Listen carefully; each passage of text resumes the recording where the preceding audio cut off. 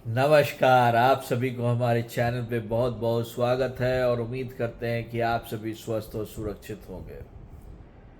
हिंदुस्तान और पाकिस्तान के बीच में जो प्यार मोहब्बत कोका कोला जो चलते रहता है वो आज़ादी के बाद से चल रहा है। इसमें बहुत हद तक जो जिम्मेदार हैं वो हम सभी जानते हैं।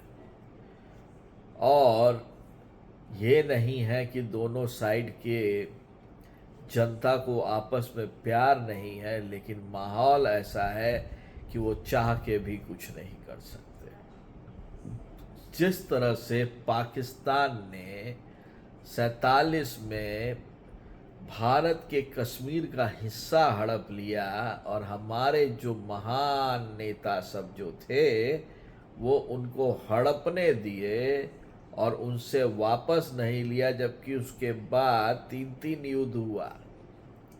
तब कारगिल के वक्त में तो हमको लगता है कि वाजपेयी साहब की सबसे बड़ी फेलियर ये थी कि उनको घुस जाना था पीओके में और पीओके लेके बैठ जाना था और साथ में इधर से बेलगाना था, तब तब सुधर में जाते पाकिस्तानी।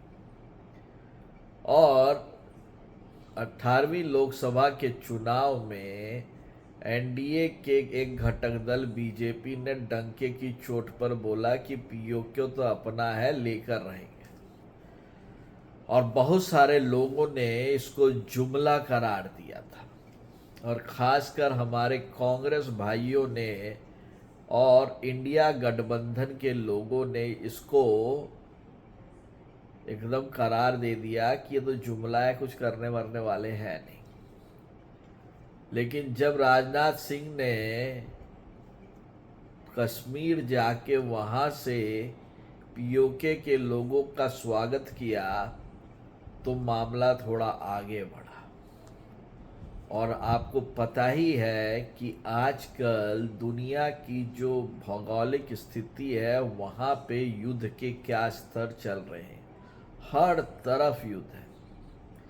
यदि आप देखिए तो आज के दिन में दुनिया तीसरे वर्ल्ड वॉर के कगार पे है और ऊपर से जब नाटो ये बोलता है कि हमारा 100 विमान तैयार है, तब आप समझ जाइए कि कितना नाजुक स्थिति से गुजर रहे हैं। जब जब लेबनान 70 मिसाइल ठोक देता है, इजराइल में हूथी ग्रीस का टैंकर जला देता है, तो ये दिखाता है कि कोई भी साइड किसी से कम नहीं है। और उसमें भारत ने पाकिस्तान को एक तरह से चुनौती दे दी है कि यदि तुम अपना तुमको लगता है कि पीओके तेरा है तो अब जरा रख के दिखा दो। वो लोग खुद चल के हमारे पास आएंगे और हमको बोलेंगे कि भाई ये तार हटाओ और हमको हिंदुस्तान के साथ रहना है।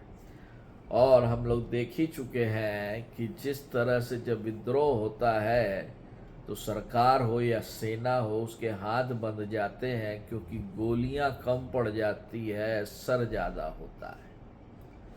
और उसके बाद पॉलिटिकल रिपरकशन से ज़्यादा इंटरनेशनल प्रेशर काम करने लगता है। और उससे भी बड़ी खबर ये आई है कि राजनाथ सिंह जी ने सेना को ऑर्डर दे दिया है कि वो युद्ध की तैयारियां शुरू करे, अपने को स्टैंड बाई पर रखे। क्योंकि जिस तरह से दुनिया में स्थिति और परिस्थिति बिगड़ रही है, यदि हम लोगों को कोई चीज़ को हैंडल करने की ज़रूरत पड़े तो हम लोग उसको कर सकते हैं।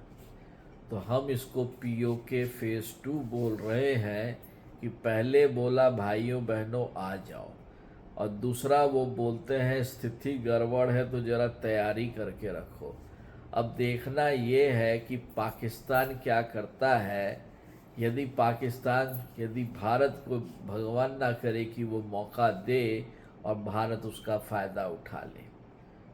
ये मैं सीधे बोल रहा हूँ, क्योंकि पाकिस्तान की जो अभी आर्थिक स्थिति है, पाकिस्तान 3 दिन युद्ध नहीं लड़ सकता है। भले ही उसका गोदाम एम्यूनेशन से भरा हो, उससे कुछ नहीं होता है। युद्ध के लिए अदर लॉजिस्टिक्स की ज़रूरत बहुत पड़ती है और उसमें सबसे बड़ा चीज़ होता है राशन, तेल।